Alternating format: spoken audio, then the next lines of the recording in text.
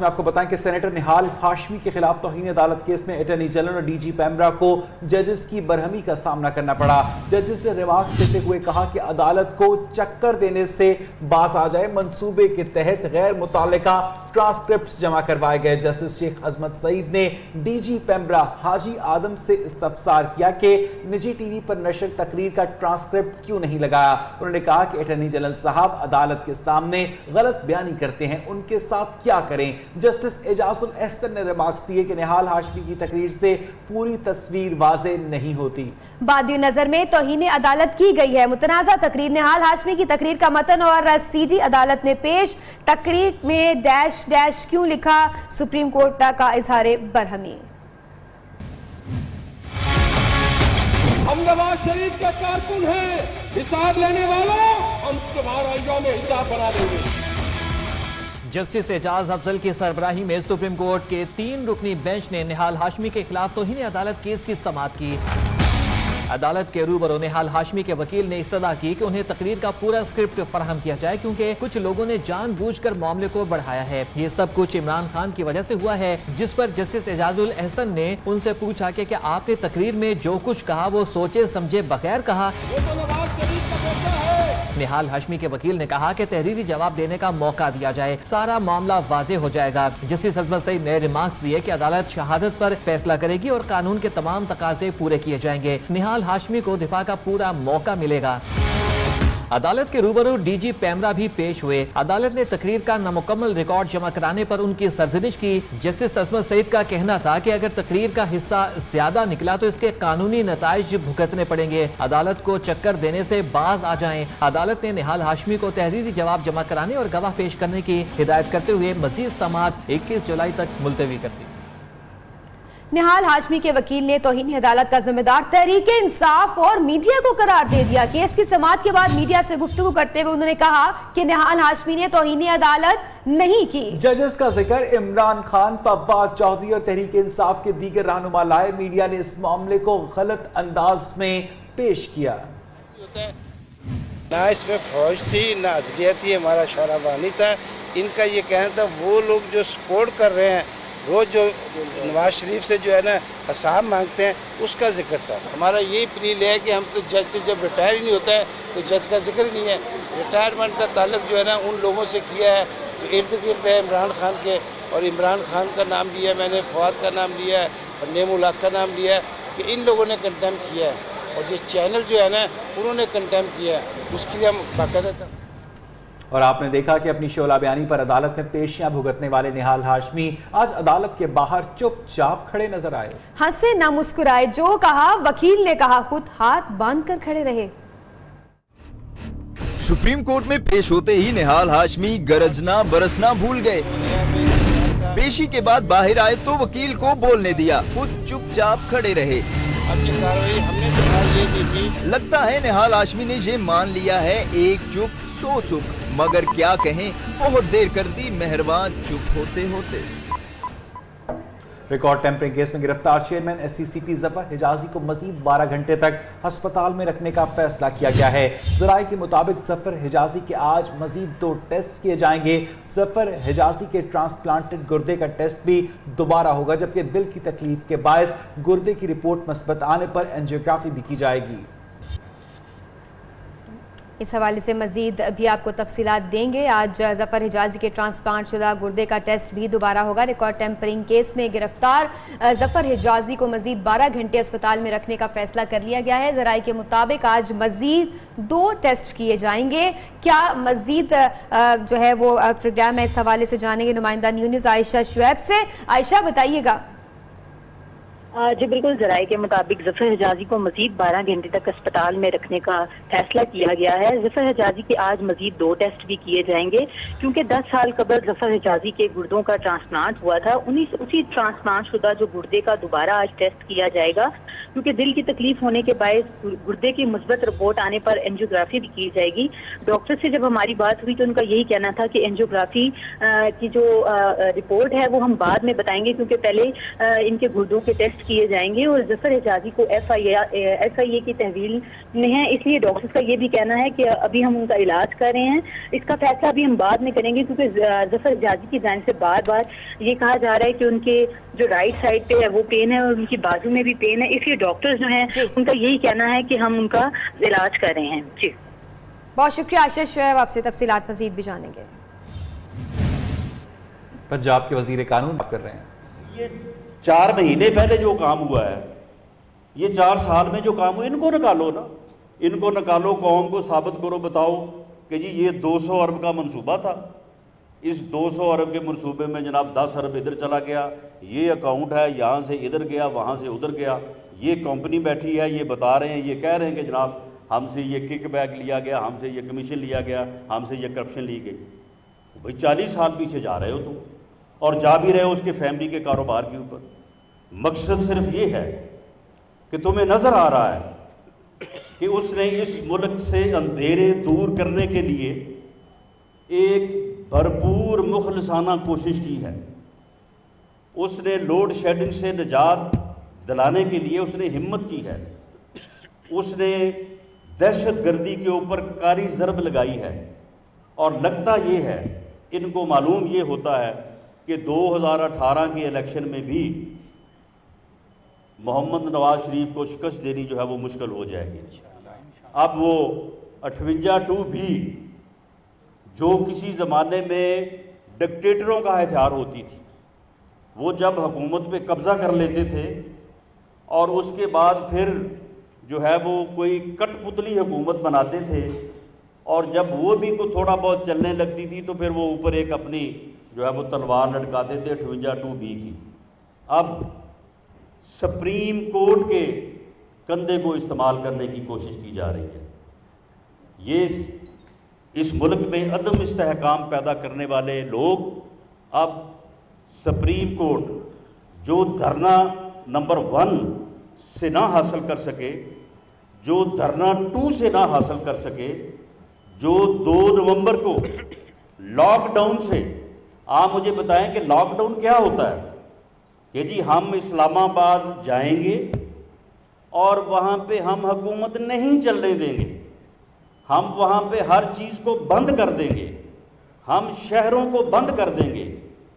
ایک منتخب وزیر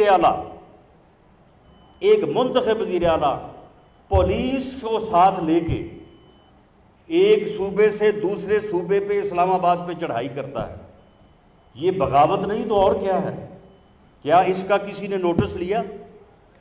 کیا سپریم کورٹ کسٹوڈین نہیں ہے اس ملک کے آئین کی؟ کیا اس ملک کے آئین اور قانون نے صرف نواز شریف کے اوپر ہی نافذ ہونا ہے؟ یہ 62-63 صرف اسی کے لیے بنی ہے؟ جب ایک صوبے کا حکمران جس نے حلف اٹھایا ہے اس آئین کے تحفظ کا، وہ جب مسلح حملہ آور ہوتا ہے تو کیا اس کا کوئی نوٹس نہیں ہونا چاہیے تھا؟ سو موٹو نوٹس جو ہے وہ یہاں پہ آ کے دم توڑ دیتا ہے۔ جو باتیں جاوید ہاشمی کر رہا ہے، کیا وہ پورے ملک میں کسی کو سنائی نہیں دے رہی؟ کیا وہ اخبارات میں اور ٹیلی ویژن پہ نشر نہیں ہو رہی؟ یہ صرف اسی بات کا حساب کر رہا ہے کہ جی آپ نے، جب آپ در بدر تھے، آپ کے اوپر اس ملک کے دروازے بند تھے، آپ اس ملک میں نہیں آ سکتے تھے، تو آپ کو دبئی میں ویزا لینے کی ضرورت تھی، اور آپ اگر اس کے لیے آپ نے کوئی ڈاکومنٹ بنایا وہاں پہ تو اس کا بھی حساب دیں، کہ اس کا بھی جو ہے وہ حساب ہوگا کہ آپ صادق اور امین جو ہے وہ ہیں یا نہیں۔ یہ مکار مولوی جنہوں نے امریکی ڈالر جو رشیا جب افغانستان میں تھا، انہوں نے اس طرح سے امریکی ڈالر سمیٹے، اس طرح سے انہوں نے کھائے پیے جس طرح سے شیر مادر ہوتا ہے، اور اب کہتے ہیں کہ جی ہم تو بڑے جو ہے وہ نہائے دھوئے ہوئے ہیں۔ اس ملک میں دہشت گردی کی بنیاد رکھنے والے یہ لوگ ہیں، اس ملک کو دہشت گردی کی طرف دھکیلنے والے جو ہے وہ یہ لوگ ہیں۔ تو معاملہ یہ ہے کہ یہ جو اس وقت منصوبہ بندی ہو رہی ہے کہ میاں نواز شریف کو ایک غیر جمہوری اور غیر عوامی طریقے سے جو ہے علیحدہ کر کے اس کا کیا رزلٹ ہوگا؟ اس کا رزلٹ سوائے اس کے اور کوئی بھی نہیں ہے۔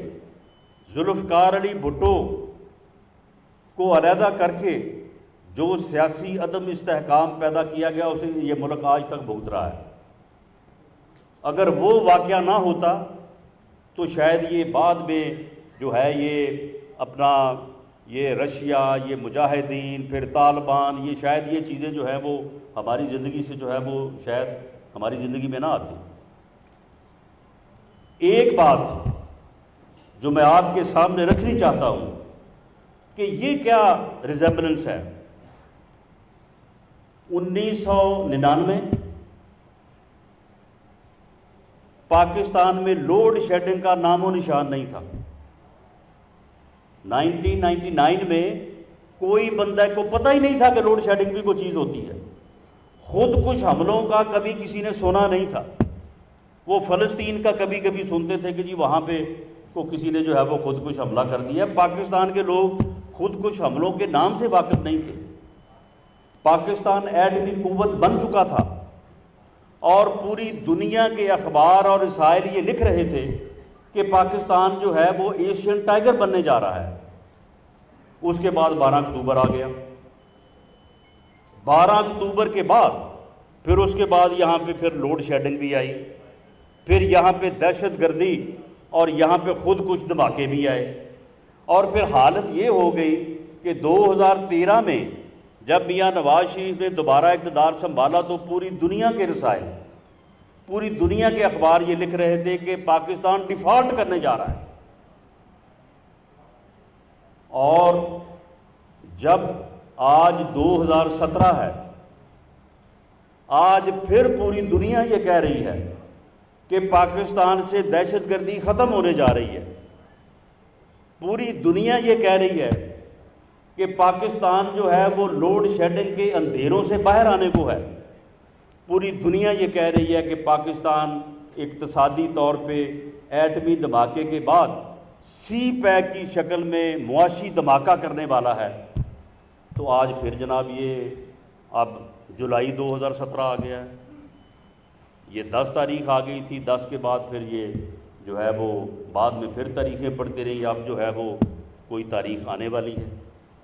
یہ کیا اتفاق ہے کہ جب بھی پاکستان جو ہے وہ آگے بڑھنے کی نوبت پہ آتا ہے تو ہمیں ان حالات سے جو ہے وہ دو چار کر دیا جاتا ہے۔ یہ محض اتفاق نہیں ہے، اس کے پیچھے کچھ قوتیں ہیں جن لوگوں کا یہ منشا ہے کہ اس ملک میں عدم استحکام رہے، وہ اندر بھی اور باہر بھی، اور کچھ لوگ جو ہیں دانستہ طور پہ اور کچھ لوگ شاید اپنی حماقت کی وجہ سے، اپنے احمقانہ پن کی وجہ سے ان قوتوں کے جو ہے وہ اعلی کار بنے ہوئے ہیں۔ میاں نواز شریف اس ملک کے عوام کے ووٹوں سے منتخب وزیر اعظم ہے۔ یوسف رضا گیلانی جو ہے وہ پیپلز پارٹی کا نومینی تھا۔ اس ملک نے وزیر اعظم کا ووٹ جو ہے وہ 70 سالوں میں 3 لوگوں کو دیا ہے۔ ذوالفقار علی بھٹو کی پارٹی کے نشان پر جب لوگوں نے مہر لگائی تھی، ہر بندے کو پتا تھا کہ میں یہ مہر لگا رہا ہوں، وزیر اعظم ذوالفقار علی بھٹو ہوگا۔ بے نظیر بھٹو کو بھی وزیر اعظم کا ووٹ لوگوں نے دیا، وہ منتخب ہوئی۔ میاں نواز شریف کو لوگوں نے وزیر اعظم کا ووٹ دیا ہے۔ یہ کروڑوں ووٹ جو اسے پڑا ہے، ہر بندے کو مسلم لیگ نون کے نشان پر مہر لگاتے وقت پتا تھا کہ وزیر اعظم جو ہے وہ میاں نواز شریف ہوگا۔ ایک ایسا لیڈر جس کو وزارت عظمیٰ کے عہدے پہ کروڑوں لوگ جو ہیں وہ اپنا ووٹ دے کے اس عہدے پہ پہنچائیں، اگر اسے کسی غیر جمہوری اور غیر جو ہے وہ عوامی طریقے سے اس عہدے سے علیحدہ کیا جائے گا تو یہ ملک میں سیاسی عدم استحکام لائے گا۔ اور سیاسی عدم استحکام، جس طرح سے میں نے یہ مختلف حوالوں سے یہ بات آپ کے سامنے رکھی ہے، کہ وہ اس ملک اور اس قوم کے لیے جو ہے وہ کسی بھی سانے سے جو ہے وہ کم نہیں ہوگی۔ ہمیں یہ امید بھی ہے اور یہ دعا بھی ہے، ہمیں اس ملک کی عدلیہ سے، اس ملک کی سپریم کورٹ کے انتہائی معزز اور محترم جج صاحبان سے، ان جج صاحبان کے متعلق ہم جانتے ہیں کہ وہ بہترین انسان ہیں، وہ قوم کا درد رکھنے والے لوگ ہیں، وہ معاملہ فہم لوگ ہیں، اور انہوں نے جہاں جہاں پہ بھی اپنے فرائض نبھائے ہیں انہوں نے ہمیشہ اس ملک اور قوم کے مفادات کو جو ہے وہ ہمیشہ سامنے رکھا ہے۔ پوری قوم ان سے امید کرتی ہے کہ وہ ان قوتوں جو روز وہاں سے جنازے نکالتے ہیں، روز سپریم کورٹ سے تابوت نکالتے ہیں، جو اپنا ملک دشمن ایجنڈا جو ہے اس کی کامیابی کے لیے سپریم کورٹ کا کندھا استعمال کرنا چاہتے ہیں، جو سپریم کورٹ میں اس طرح سے اکٹھے ہوتے ہیں جس طرح سے ہم بچپن میں جب ہوتے تھے تو وہ محلے میں کوئی جب تقسیم ہوتی تھی چیز تو وہ بچے جو ہے وہ آواز لگاتے تھے تو پھر سارے لوگ دوڑتے تھے اس طرح۔ یعنی یہ اب وہاں پہ لولے لنگڑے جن کی نبض نہیں چل رہی، جن سے چلا نہیں جا رہا، جن سے بات نہیں ہو رہی، وہ بھی صبح صبح جہاں وہ سپریم کورٹ پہنچے ہوتے ہیں کہ جیسے حکومت بنی تھی لے جاؤ، وہاں پہ حکومت لینے پہنچے ہوتے ہیں۔ یہ لوگ سپریم کورٹ کا کندھا استعمال کرنا چاہتے ہیں۔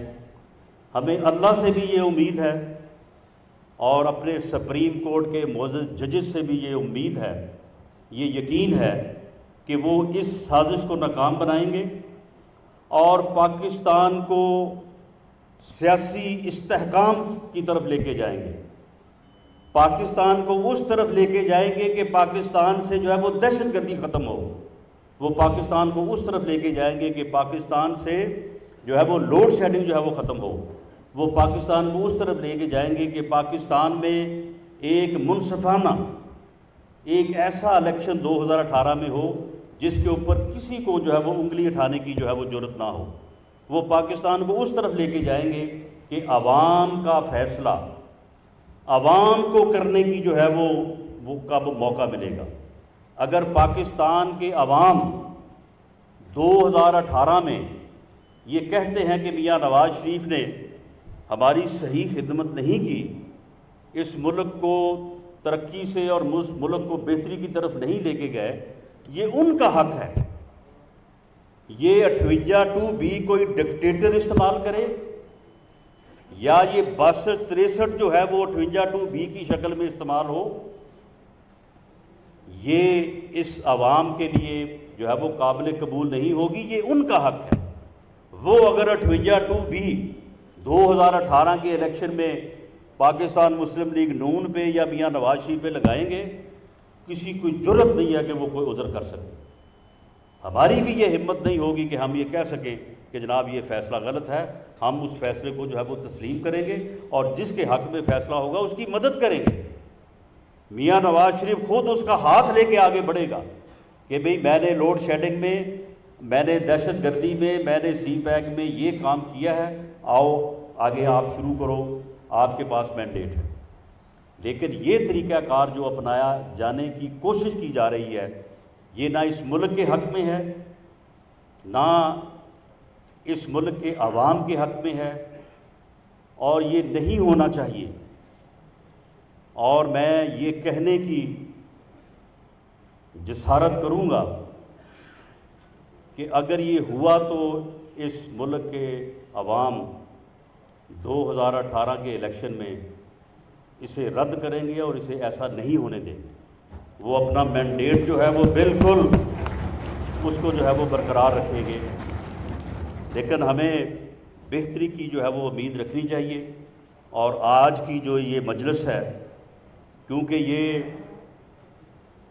ان لوگوں کی مدد کے لیے ہے کہ جن لوگوں کی مدد کا اللہ تعالیٰ نے قرآن پاک میں بھی اور اللہ کے نبی نے